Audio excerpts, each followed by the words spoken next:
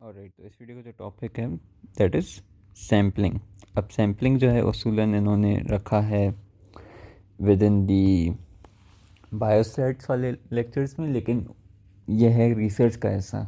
ठीक है, it is related to the research, तो इसकी वीडियो बना रहा हूँ। आई विल सी कि मैं कौन सी प्लेलिस्ट में इसको डालूँ, तो उस हिसाब से विल सी मे बी दोनों वाली प्लेलिस्ट में डाल दूँ, बायोस्टैट्स में भी डाल दूँ, रिसर्च वाली में भी रख दूँ। ठीक है, तो अब सैम्पलिंग की कॉन्सेप्ट क्या है, how do you do it, कितने टाइप्स की सैम्पलिंग होती है, ये सारी चीज़ें हमें डिस्कस करनी है। तो होता कुछ यूँ है कि जब भी कोई बंदा रिसर्च कर रहा होता है, तो रिसर्च जब बंदों पे होती है, ह्यूमंस पे होती है, तो उसमें क्या होता है कि हमारी एक होती है टारगेट पॉपुलेशन। अब टारगेट पॉपुलेशन जो होती है, फिर पॉपुलेशन सिर्फ हम लोग उसको कह रहे होते हैं, it is basically large group of people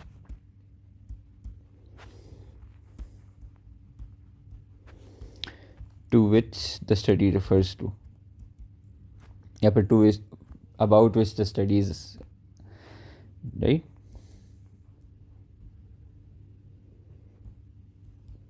या फिर स्टडी के जो रिजल्ट्स आएंगे वो उस पॉपुलेशन के बारे में होंगे।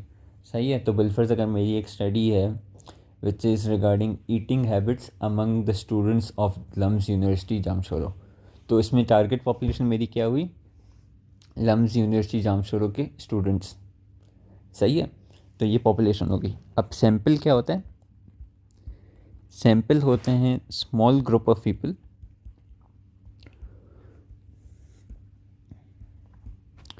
Chosen for the study. ठीक है, तो बिलफर्ज अगर लम्स की यूनिवर्सिटी के स्टूडेंट्स के बारे में मैं जान रहा था उस रिसर्च में, तो लम्स में 1000 के करीब स्टूडेंट्स हैं बिलफर्ज। अब मैं सैम्पल जो मेरा होगा ना, वो 1000 का नहीं होगा, वो मेरा 100 स्टूडेंट्स का होगा।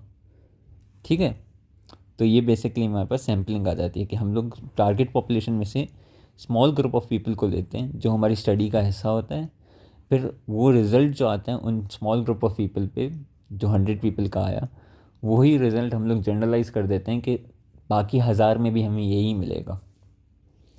ठीक है, अब सैम्पलिंग करते क्यों है, तो फंडामेंटली यही है कि टाइम बचाने के लिए, पैसे बचाने के लिए और कन्वीनियंस के लिए। ठीक है, क्योंकि अब अगर 1000 का करोगे रिसर्च और 100 लोगों की करोगे तो ऑब्वियसली टाइम वगैरह का खर्चा होगा, राइट। तो 100 में टाइम बचेगा और क्या कहते हैं इसको, कॉस्ट, पैसे इतने नहीं लगेंगे, कन्वीनियंस होगी, राइट। तो सैम्पलिंग हम लोग इसलिए करते हैं। अब सैम्पलिंग के दो टाइप्स होते हैं, एक होता है प्रोबेबिलिटी, दूसरा होता है नॉन प्रोबेबिलिटी। प्रोबेबिलिटी सैम्पलिंग में बेसिकली हमारे पास ये होता है कि एवरीवन हैज़ इक्वल चांस।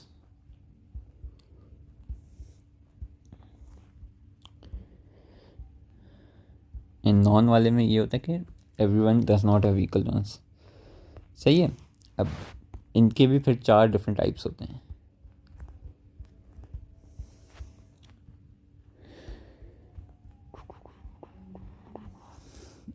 सबसे पहला है सिंपल रैंडम सैम्पलिंग, दूसरा है हमारे पास systemic random sampling, then we have stratified random sampling, then हमारे पास आ जाता है क्लस्टर रैंडम सैम्पलिंग, राइट। तो ये 4 हो गए इसके। एंड देन नॉन प्रोबेबिलिटी वाला में हमारे पास कन्वीनियंस आ जाती है, कन्वीनियंस सैम्पलिंग होती है, पर्पसिव सैम्पलिंग होती है, उसके अलावा हमारे पास कोटा सैम्पलिंग होती है, एंड फाइनली स्नोबॉल सैम्पलिंग होती है।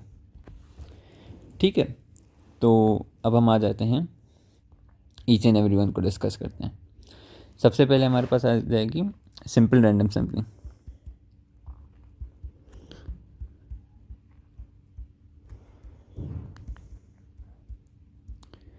सिंपल रैंडम सैम्पलिंग में ये होता है कि बिलफर्ज मेरे पास, मैं अपनी क्लास पे एक स्टडी कर रहा हूँ, राइट।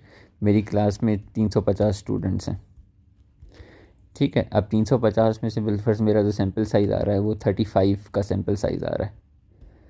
ठीक है, अब मैं क्या करूँगा कि 1 to 350 मुझे सबके रोल नंबर्स पता है, मैं 35 रैंडम चिट्स निकालूंगा, लाइक 350 चिट्स निकालूंगा, जिसमें सबका एक एक एक का नाम लिखा हुआ होगा। 350 स्टूडेंट्स, 350 चिट्स हैं, एक चिट पे एक स्टूडेंट का नाम लिखा हुआ है।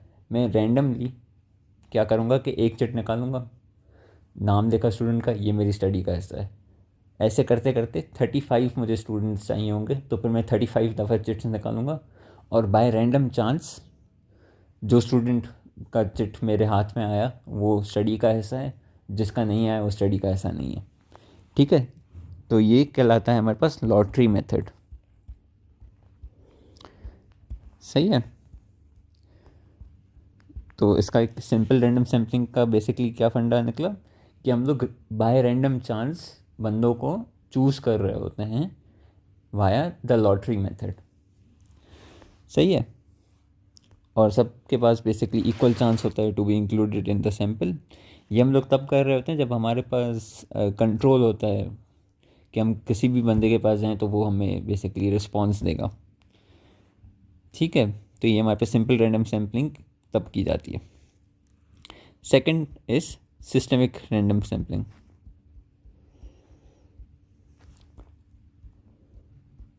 ठीक है, सेम प्रेमिस लेते हैं, 350 स्टूडेंट्स हैं, 35 का सैम्पल साइज चाहिए। चाहिए सिस्टमिक रैंडम सैम्पलिंग में हम लोग क्या करते हैं कि इसको हम बेसिकली बोल रहे होते हैं इंटरवल सैम्पलिंग या फिर इंटरवल बेस्ड सैम्पलिंग।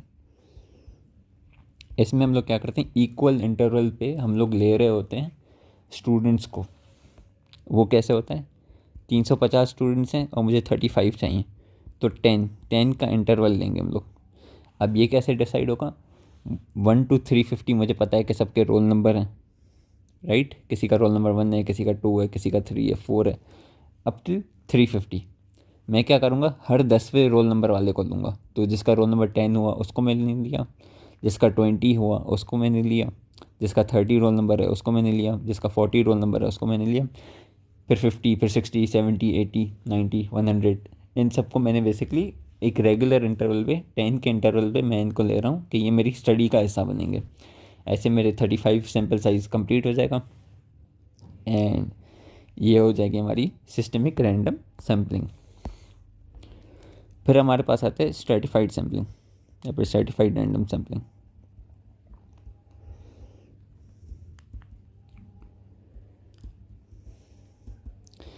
इसमें बेसिकली क्या होता है कि हम लोग पॉपुलेशन को स्मॉलर ग्रुप्स में डिवाइड कर देते हैं।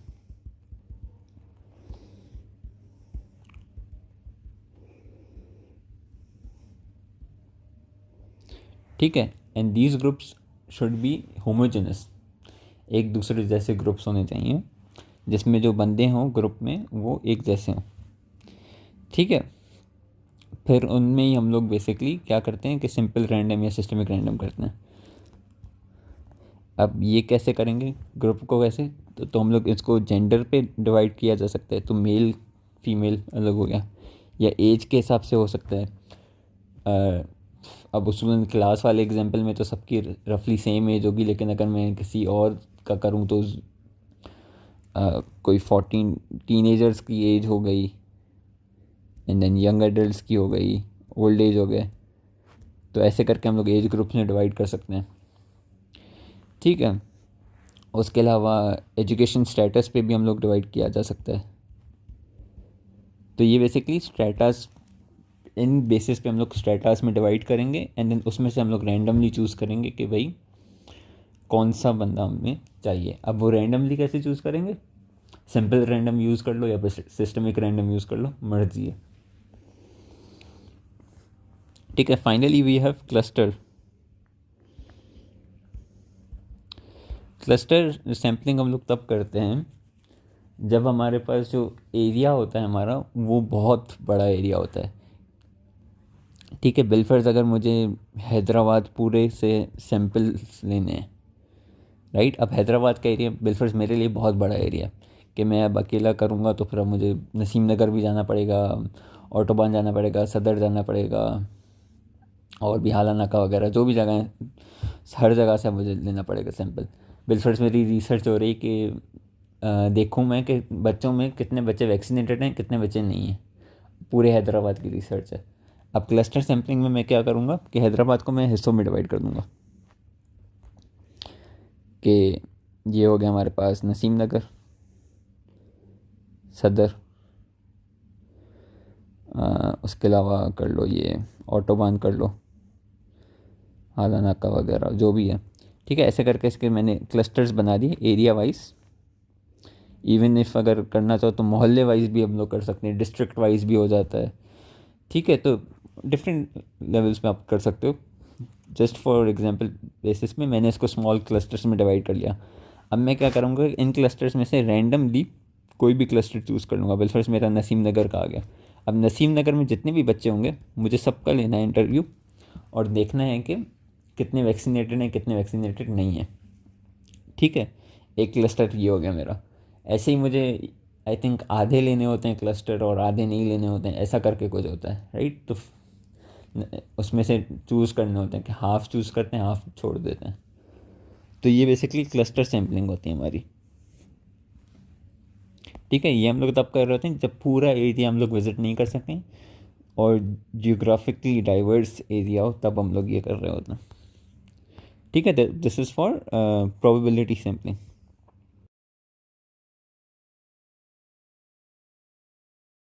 अब हम कर रहे हैं नॉन प्रोबेबिलिटी सैम्पलिंग को।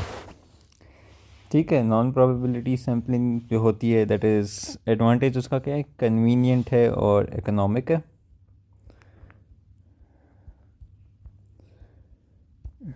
ठीक है, लेकिन डिसएडवांटेज उसका क्या है, मैक्सिमम बायस और it can not be generalized.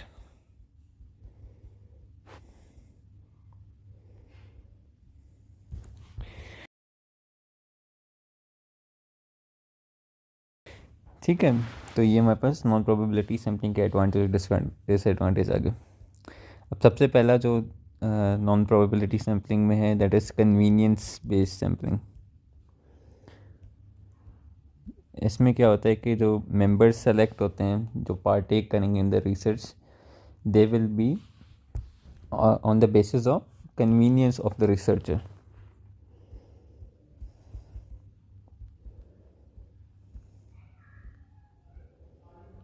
ठीक है, अब इसमें क्या होगा कि बिल फर्ज एग्जांपल अगर मैं दूँ तो एक टीचर है वो अपने स्टूडेंट्स का ही सर्वे ले ले।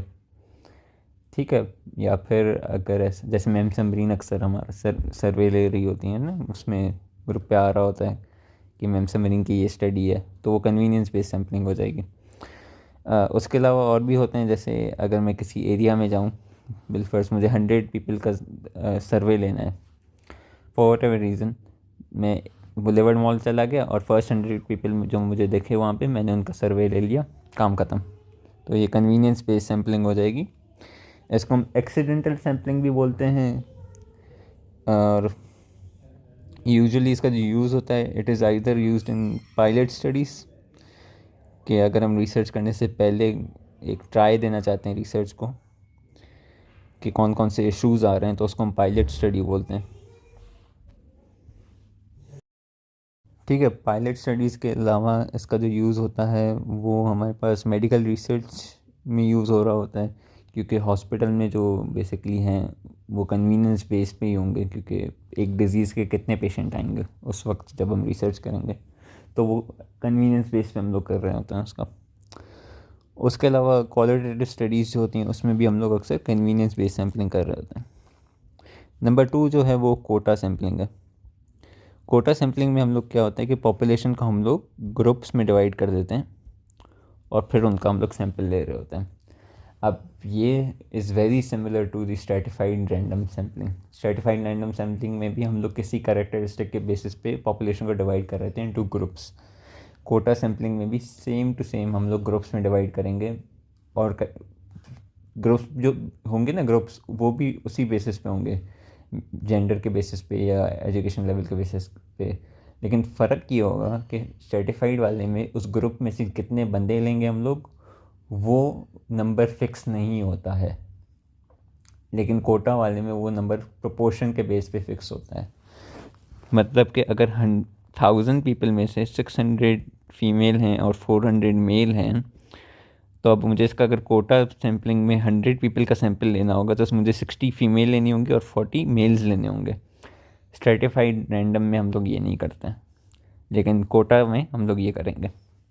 ठीक है, तो proportion based sampling basically quota sampling कहलाती है। ठीक है, फीमेल दिस इज मेल, ये पॉपुलेशन का हो गया, and then this is sample का। तो प्रोपोर्शन के बेसिस पे हो रहा होता है ये सारा काम। Then we have snowball sampling. Snowball sampling तब हम करते हैं जब हमारे पास जो पॉपुलेशन है या फिर स्टडी सैम्पल है हमारा, वो एक्सेसिबल ना हो इतना ज़्यादा। ठीक है, उसमें हम क्या करते हैं कि एक मेंबर पकड़ते हैं, एक या फिर कुछ मेंबर्स पकड़ेंगे हम लोग, और उससे हम लोग बेसिकली सबसे पहले तो उससे हम लोग सैंपल लेंगे। अब सैंपल लिया या फिर सर्वे लिया, जो भी है डिपेंडिंग ऑन द रिसर्च, फिर हम उसी मेंबर को बोलेंगे कि अगर उसके सर्कल में, सोशल सर्कल में दूसरे मेंबर्स होंगे तो फिर ये उनको भी बताए ताकि वो भी हमारे पास आएँ, ताकि हम उनका सैंपल लें या फिर हम उनका सर्वे ले सकें। ठीक है, तो इसको स्नोबॉल सैम्पलिंग कहते हैं। इसमें क्या होगा, रिसर्चर कलेक्ट करेगा डेटा फ्रॉम द मेंबर, फिर मेंबर को बोलेगा कि दूसरे मेंबर्स को हमें लोकेट करके दे दे ताकि हम उसके पास जाएँ। इसका यूज़ कब होता है, या तो रिसर्च का जो हमारे पास स्टडी पॉपुलेशन है वो एक्सेसिबल नहीं है, या फिर सेंसिटिव टॉपिक है उस पर स्टडी की जा रही है। ठीक है, तो ये बेसिकली दो मेन यूजेस हैं। Finally then we have purpose sampling. Purpose sampling में हमारे पास एक प्री डिटर्मिन्ड क्राइटेरिया होता है। हम उसके बेसिस पे बंदे को सेलेक्ट करते हैं। बिल फर्स्ट मुझे मेडिकल एजुकेशन का एक रिसर्च करनी है, उसमें मुझे बंदों से सर्वे लेना है। मेरा जो क्राइटेरिया होगा वो मैं लूँगा FCPS पार्ट 2 ग्रेजुएट और प्रोफेसर्स। मैं सिर्फ उनसे ही सवाल पूछूंगा, तो फिर वो पर्पसिव सैम्पलिंग कहलाएगी। ठीक है, तो ये तब यूज़ करते हैं जब हमें स्पेसिफिक सबसेट ऑफ पीपल को स्टडी करना हो, तब हम पर्पसिव सैम्पलिंग कर रहे होते हैं। सही है, तो this is all for the sampling methods. अब हम लोग आ जाते हैं तो साइड टॉपिक थोड़ा सा एक इसका ही हिस्सा है, दैट इज़ सैम्पलिंग एरर्स। कि सैम्पलिंग करते हुए कौन कौन से एरर्स आ सकते हैं हमारे पास। सबसे पहला जो सैम्पलिंग एरर हमारे पास आ सकता है, दैट इज़ कि हमने सैम्पल साइज़ सही तरीके से नहीं लिया। ठीक है, तो बिलफर जब मैं बोल रहा था कि 1000 की पॉपुलेशन में हमने 100 का सैंपल लिया था, तो 200 क्यों नहीं लिए, 300 क्यों नहीं लिए, राइट। तो सैंपल साइज़ जितना बड़ा हो सके उतना बड़ा सैंपल साइज़ लेना चाहिए। इसका फिर से फॉर्मूला होता है सैंपल साइज़ का, वो मैं नहीं बता रहा, लेकिन गूगल करके देख लेना कौन सा फॉर्मूला है। Then we have observer and subject variations. Observer variation ये है कि हर कोई बंदा जो देखेगा, ऑब्जर्व करेगा डेटा को, वो अलग दिखेगा। बिलफर्स मैं BP मेजर कर रहा हूँ, तो मैंने मेजर किया 120/80 आया किसी पेशेंट का, मेरे दोस्त ने किया उसका 115/75 आ गया। तो ये ऑब्जर्वर वेरिएशन हो गई। सब्जेक्ट वेरिएशन इसमें ये होता है कि जिसका BP मेजर हो रहा है उसका BP फ्लक्चुएट कर रहा था, तो सुबह को उसका 120/80 था, रात को उसका 140/80 या 140/100 हो गया, राइट। तो ये observer variation and subject variation ये हो गया। उसके अलावा और क्या एरर आ सकते हैं, फॉल्टी इंस्ट्रूमेंट, BP का अपरेटस ही ख़राब था। And finally incomplete coverage.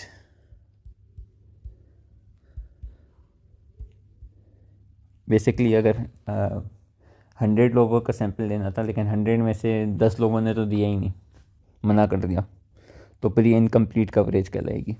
ठीक है, इनको फिर नॉन रिस्पोंडेंट्स कहा जाता है। सही है, तो ये सैम्पलिंग एरर्स भी आ गए हमारे पास, and this is all for sampling. Right, अब हम आए हैं हमारे सर की स्लाइड्स पे, क्योंकि इसमें हमारे पास कुछ सवाल थे जिसमें हमारे पास एग्जांपल्स दिए गए हैं सैम्पलिंग के, एंड और हमें देखना है कि हमें आ रहा है कि नहीं आ रहा, कि हम आइडेंटिफाई कर पा रहे हैं कि कौन सी सैम्पलिंग है। MCQs में अक्सर ऐसे सवाल आएंगे होपफुली, राइट। तो लेट्स सी, सवाल है, researcher wants to study the average height of adults in Pakistan, they randomly select 1000 adults from the population to participate in the study इसमें हमने कौन सी सैम्पलिंग की है। तो फिर I will give count down of 3 and then I will tell the answer 1 2 3। Since इसमें हमने रैंडमली सेलेक्ट किए हैं तो इसको हम सिंपल रैंडम सैम्पलिंग कहेंगे। ठीक है। Second one, researcher wants to study the average income of people in Pakistan based on their education level. They select a random sample from each education level subgroup. ठीक है। अब इसमें क्या हो गया कि हमने ग्रुप्स में डिवाइड कर दिया एंड देन उसमें से हमने रैंडम सैंपल ले लिया। तो this is stratified random sampling. अगर इसमें हम लोग प्रोपोर्शन के बेसिस पे कर रहे होते तो वो बन जाता कोटा सैम्पलिंग।